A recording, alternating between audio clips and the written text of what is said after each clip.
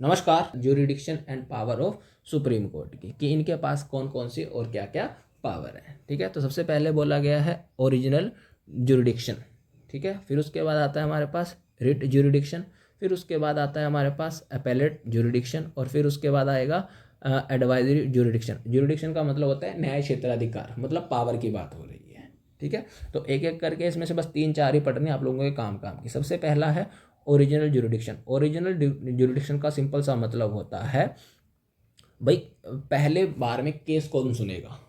ठीक है, original jurisdiction का मतलब होगा, ठीक है, कि पहली बार में केस कौन सुनेगा। जैसे अमूमन है, हम लोग हैं, अगर हमारे छोटे मोटे लड़ाई झगड़े हो जाते हैं तो हमारा जो केस है वो कौन सुनेगा। सबसे पहले लोअर कोर्ट सुनेगा ना, बिल्कुल अधीनस्थ न्यायालय सुनेगा। अगर हम वहाँ खुश नहीं हुए फिर हम कहाँ जाते हैं, डिस्ट्रिक्ट कोर्ट। वहाँ हम खुश नहीं हुए, फैसला हमारे पक्ष में नहीं आया, फिर हम कहाँ जाएंगे, हाई कोर्ट। वहाँ खुश नहीं हुए फिर हम कहाँ जाएंगे, हाई कोर्ट। तो अब यहाँ पर ओरिजिनल ज्यूरिडिक्शन का मतलब ये होता है कि पहली बारी में आपका केस को कौन सुनेगा उसके बारे में। ठीक है, तो यहीं पर लिखा गया है ओरिजिनल ज्यूरिडिक्शन की ओरिजिनल मीन्स क्या होता है, power to hear dispute in first instance, कि पहली बारी में आपका केस कौन सुन रहा है, उसी को बोला जाता है ओरिजिनल ज्यूरिडिक्शन। ठीक है, अब मान लीजिए मेरा नॉर्मल केस है, जमीनी विवाद है, तो वो कहाँ जाएगा, अधीनस्थ न्यायालय में जाएगा। लेकिन अगर मेरे फंडामेंटल राइट का केस हो रहा तो सिर्फ और सिर्फ कौन सुनेगा उसको, सुप्रीम कोर्ट सुनेगी। तो इस तरह का ओरिजिनल ज्यूरिडिक्शन कि पहली बारी में केस सुनने का अधिकार किसके पास है। तो अब देखो कौन कौन से केस सुन सकती है सुप्रीम कोर्ट। तो अगर एक तरफ सेंटर हो गया और एक तरफ 3-4 स्टेट हो गए, इनके बीच में किसी चीज को लेकर विवाद हो गया, तो ये जो केस है ये कौन सुनेगी, सुप्रीम कोर्ट सुनेगी। इसी को बोला जाएगा कि ये सुप्रीम कोर्ट का क्या है, ओरिजिनल ज्यूरिडिक्शन है। इसी तरह एक तरफ सेंटर है और उसके साथ कुछ राज्य है, और उसके विपक्ष में क्या है, कुछ राज्य है, तो उनको लेकर कोई विवाद हो गया है, तो फिर उसको भी कौन सुनेगी, उसको भी कौन सुनेगी, सुप्रीम कोर्ट ही सुनेगी। इसके अलावा राज्यों राज्यों के बीच में अगर विवाद हो जाता है तो उसको भी कौन सुनेगी, सुप्रीम कोर्ट ही सुनेगी। तो सुप्रीम कोर्ट ही ऐसे विवादों को सुनती है। इसी को बोला जाता है कि ये सुप्रीम कोर्ट का कौन सा है, ओरिजिनल ज्यूरिडिक्शन है, न्यायिक क्षेत्राधिकार है। ठीक है, अब इसी तरह जब मान लो इलेक्शन डिस्प्यूट हो जाएगा, राष्ट्रपति का इलेक्शन डिस्प्यूट हो जाएगा, और इसके अलावा वाइस प्रेसिडेंट का, तो वो सिर्फ और सिर्फ कौन डिसाइड करेगी, सुप्रीम कोर्ट। तो उसको हम क्या बोलेंगे, ओरिजिनल ज्यूरिडिक्शन। हो गया क्लियर। उसके बाद बात करते हैं रिट ज्यूरिडिक्शन की। ठीक है, रिट ज्यूरिडिक्शन क्या होगा, ठीक है, वो हमने ऑलरेडी जान लिया है कि फंडामेंटल राइट्स के केस में, ठीक है, जब भी नागरिकों के फंडामेंटल राइट्स का हनन होगा तो सुप्रीम कोर्ट को क्या जारी करने की शक्ति है, रिट जारी करने की शक्ति है। उसी को उसने बोल दिया है रिट ज्यूरिडिक्शन। और ये कैसा है उसका, ओरिजिनल ज्यूरिडिक्शन। अब देखो यहाँ पर दो शब्द आएंगे, एक आएगा ओरिजिनल और एक आता है एक्सक्लूसिव। ठीक है, तो ओरिजिनल का मतलब मैंने सुन लिया कि पहली बारी में केस कौन सुनेगा, और ओरिजिनल एक्सक्लूसिव में होता है जैसे कोई आपने देखा होगा ना कि नए नए दुकान पर हम जाते हैं तो लिखा हो जाता है एक्सक्लूसिवली अवेलेबल ऑन। ठीक है, कि सिर्फ और सिर्फ कहाँ मिलेगा, सिर्फ और सिर्फ यही मिलेगा। ठीक है, बस सेम केस वही कह रहा है। ठीक है, एक्सक्लूसिव का मतलब होगा सिर्फ और सिर्फ वही सुन सकता है और कोई नहीं सुन सकता है। ठीक है, तो इसी तरह देखो अब यहाँ पर ये वाली लाइन मिस कर गया था, मैं वही समझा रहा हूँ आप लोगों को। ठीक है, तो ये ऊपर वाले जो केस है ना, ये सुप्रीम कोर्ट का क्या है, एक्सक्लूसिव एंड साथ में क्या है, ओरिजिनल ज्यूरिडिक्शन है। ठीक है, कि पहली बारी में कौन सुनेगा, तो ओरिजिनल है। सिर्फ और सिर्फ कौन इस केस की सुनवाई कर सकता है, कौन फैसला दे सकता है, तो सुप्रीम कोर्ट ही सुलझा सकता है। तो इसीलिए इसको क्या बोला गया है, एक्सक्लूसिव ओरिजिनल ज्यूरिडिक्शन।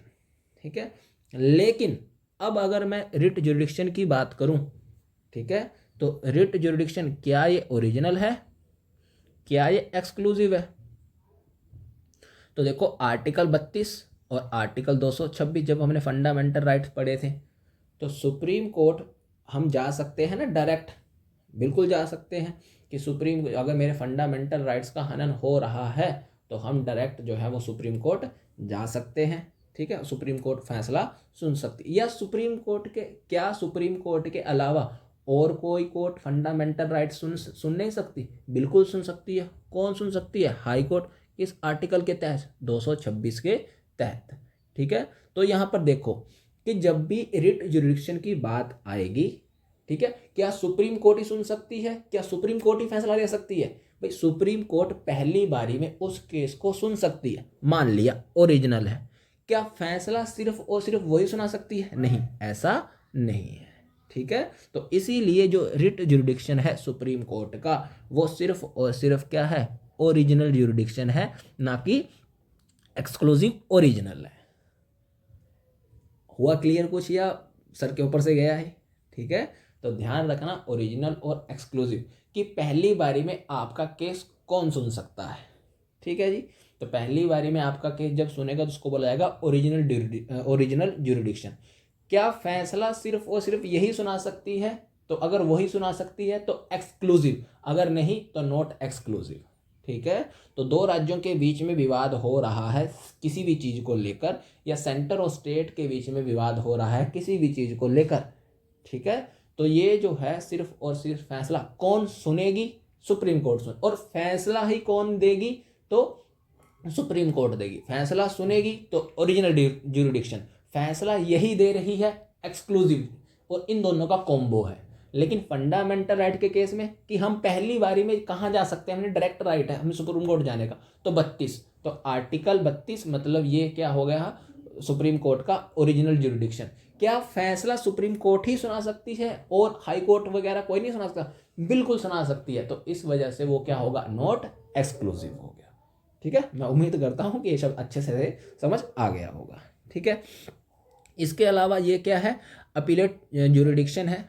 ठीक है, मतलब क्या है? सुप्रीम कोर्ट का मेन जो फंक्शन है वो क्या है कि अपील के द्वारा आए गए फैसलों को सुनना है, और कोई उसका काम नहीं है। ठीक है, तो सुप्रीम कोर्ट का यही मेन फंक्शन है कि अपील के द्वारा जो भी केस आएंगे उनको सुनना। तो मतलब सबसे पहले सबऑर्डिनेट कोर्ट नीचे वाली, यहाँ खुश नहीं हुए आप, डिस्ट्रिक्ट कोर्ट यहाँ खुश नहीं हुए आप, तो हाई कोर्ट यहाँ खुश नहीं हुए, तो अपील के द्वारा कहाँ जा सकते हो आप? सुप्रीम कोर्ट जा सकते हो। बाकी ये आप लोगों के पढ़ने के लिए नहीं है, बस इतना याद रखना। हो गया क्लियर?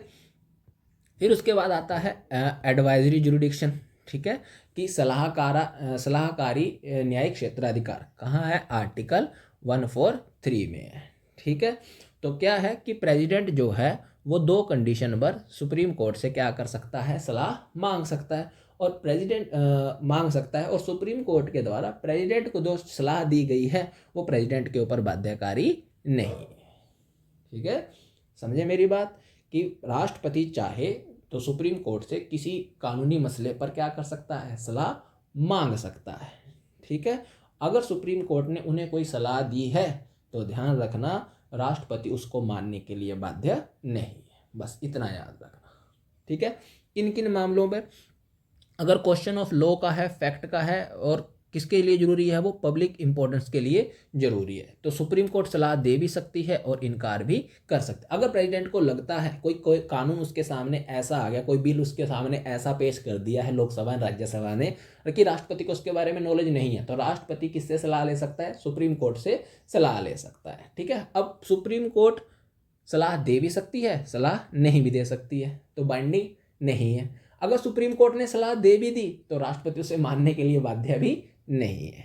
ठीक है, लेकिन अगर प्री कॉन्स्टिट्यूशन ट्रीटी है, मतलब संविधान लागू होने से पहले का कोई कानून है, चाहे वो संवैधानिक ही कानून क्यों ना हो, तो उस कंडीशंस में ध्यान रख लेना सुप्रीम कोर्ट को सलाह देनी ही देनी है, और राष्ट्रपति उसे माने या नहीं माने ये राष्ट्रपति के ऊपर है, राष्ट्रपति के ऊपर बाइंडिंग बिल्कुल नहीं है। बस ये 2 चीज़ें हैं। ठीक है, कि राष्ट्रपति को मान लीजिए कोई पर्टिकुलर चीज़ आई, समझ नहीं है उसके बारे में, सुप्रीम कोर्ट से सलाह ले सकता है। सुप्रीम कोर्ट सलाह दे भी सकती है, इनकार भी कर सकती है। सुप्रीम कोर्ट ने अगर सलाह दे दी तो राष्ट्रपति उसे मानने के लिए बाध्य भी नहीं है। ठीक है, लेकिन अगर प्री कॉन्स्टिट्यूशन ट्रीटी है, कोई प्री कॉन्स्टिट्यूशन मतलब कॉन्स्टिट्यूशन से लागू होने से पहले का कोई कानून है, ठीक है, तब उस मामले में सुप्रीम कोर्ट इनकार नहीं करेगा, सुप्रीम कोर्ट को सलाह देनी ही देनी है। और अगर उसने सलाह दे दी तो राष्ट्रपति उसे मानने के लिए बाध्य नहीं है। बस इतना याद रखना, बाकी आपको कुछ भी याद करने की आवश्यकता इसमें नहीं है। ठीक, फिर उसके बाद आता है कि सुप्रीम कोर्ट को एज हम क्या देखते हैं? अ कोर्ट ऑफ रिकॉर्ड, मतलब इसकी जो जजमेंट होगी, इसकी जो प्रोसीडिंग होगी, इसके जो एक्ट होंगे, can be use as evidence in a lower court. ठीक है। तो आपने देखा होगा कि कई बार अगर पिक्चर वगैरह में देखा जाता है तो लोग कोट करते हैं कि सुप्रीम कोर्ट ने अपनी डिसीजन में ये बोला है, सुप्रीम कोर्ट ने अपनी प्रोसीडिंग में ये बोला है। तो जो सुप्रीम कोर्ट बोलती है उसको हम क्या कर सकते हैं, एज अ एविडेंस के तौर पर इस्तेमाल कर सकते हैं। इसी को बोला जाता है ए कोर्ट ऑफ रिकॉर्ड बोला जाता है, ठीक है। इसके अलावा कंटेम्प्ट ऑफ कोर्ट की, अगर आप कोर्ट की क्या करते हैं तो अवमानना कर देते हो तो आपको पनिश भी किया जा सकता है, ठीक है। फिर उसके बाद अब बात करते हैं अदर फैक्ट्स की।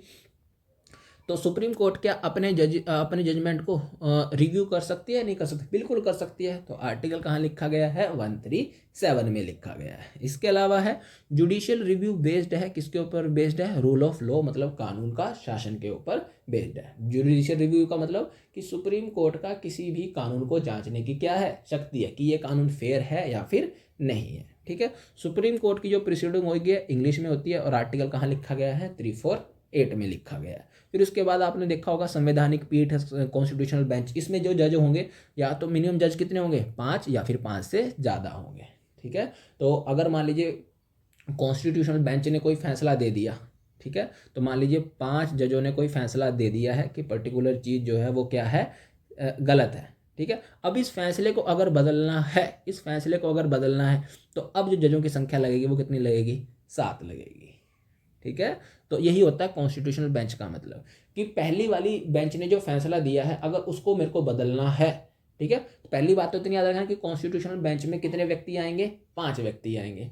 अब मान लो उन्होंने कोई फैसला दिया है, ठीक है, मतलब फैसला दे दिया, अब लगता है कि जनता को ये जो है फैसला ये गलत है, अब उसको अगर बदलना है तो क्या होगा, कॉन्स्टिट्यूशनल बेंच में चेंज किया जाएगा, ठीक है। तो पहले कितने जजों ने सुनाया था, 5, फिर उसके बाद कितने जज सुनाएंगे, 7, फिर मान लो आगे अगर उसको चेंज करना है फिर 9, फिर 11, ऐसे वो चलता रहेगा, ठीक है। तो इतना याद रखना कि कॉन्स्टिट्यूशनल बेंच में, संवैधानिक पीठ में जजों की न्यूनतम संख्या कितनी होती है, 5 होती है।